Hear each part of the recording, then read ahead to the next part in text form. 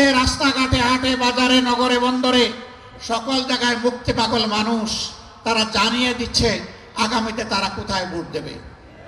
তারা এখন আর কারো রক্তচক্ষুকে পরোয়া করছে না। কেউ কেউ আমাদেরকে অন্যদের রক্তচক্ষুর ভয় দেখান, অমুক শক্তি, তমুক শক্তি, অমুক দেশ, তমুক দেশ। তাদেরকে পরিষ্কার বলি,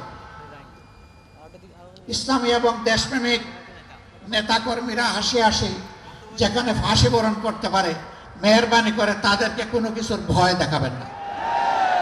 আমরা ভয় করি শুধু আল্লাহ তাআলাকে, বাকি যাদের কথা বলেন তাদেরকে আমরা কোনো পাত্তাই দেই না। ইয়েস, বিশ্বের সকল শান্তিকামী সভ্য দেশকে আমরা সম্মান জানাই, কিন্তু কেউ যেন আমাদের উপরে কোনো দাদাগিরি করতে না আসে। আমরা আর কারো দাদাগিরি দেখতেও চাই না, বরদাস্ত করতেও রাজি নই। বাংলাদেশ চলবে আল্লাহ তাআলার নির্দেশ মোতাবেক, এই দেশের জনগণের পছন্দে। এর বাইরে কারো পছন্দ অপছন্দের কথা আমরা শুনতে চাই না।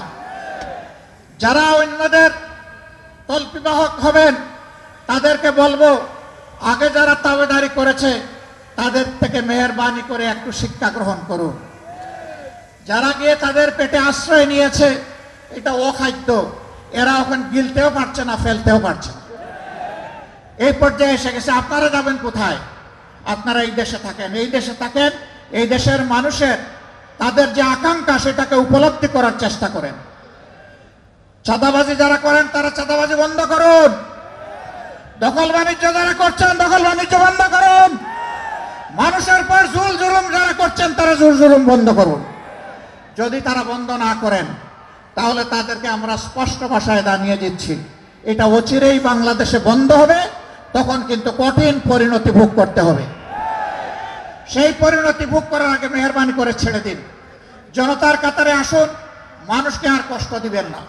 প্রিয় সিলেটবাসী, বরাবর আপনারা অন্যায় অসত্যের বিরুদ্ধে আপনারা লড়াই করেছেন। আপনারা 96-2001 আওয়ামী লীগ যখন চরম তাণ্ডব দেশবাসীর উপর চালিয়েছিল, তখন এই সিলেটবাসী আপনারা আওয়ামী লীগকে লাল কার্ড দেখিয়েছিলেন। আওয়ামী লীগ সেদিন প্রকাশ্যে বিবৃতি দিয়ে শাহজালাল বিশ্ববিদ্যালয়ের ঘটনায় জনগণের কাছে ক্ষমা চাইতে বাধ্য করেছিল। এর থেকে প্রমাণিত হয় কখনো অন্যায় এবং অসত্যের যারা অনুসারী তাদেরকে আপনারা বরদাস্ত করেন নাই। আমাদের ভরসা আগামীতে ইনশাআল্লাহ আপনারা করবেন না। আপনারা ন্যায়ের পক্ষে, জন আকাঙ্ক্ষার পক্ষে, আল্লাহর কোরআনের পক্ষে আপনাদের অবস্থান হবে সুদৃঢ়। আমরা সেই সুদৃঢ় অবস্থান কামনা করে এবং আমাদের আজকে এখানে যে সমাবেশ শেষ হচ্ছে, এই শেষ জায়গা থেকে বিজয়ের শুরু, স্লোগান শুরু হোক, সেই আহ্বান জানিয়ে আপনাদের কাছ থেকে বিদায় নিচ্ছি। আপাতত আসসালামু আলাইকুম ওয়া রাহমাতুল্লাহ। নাসরুম মিনাল্লাহি ওয়া ফাতহুন করিব ওয়া বাশশিরিল মুমিনিন।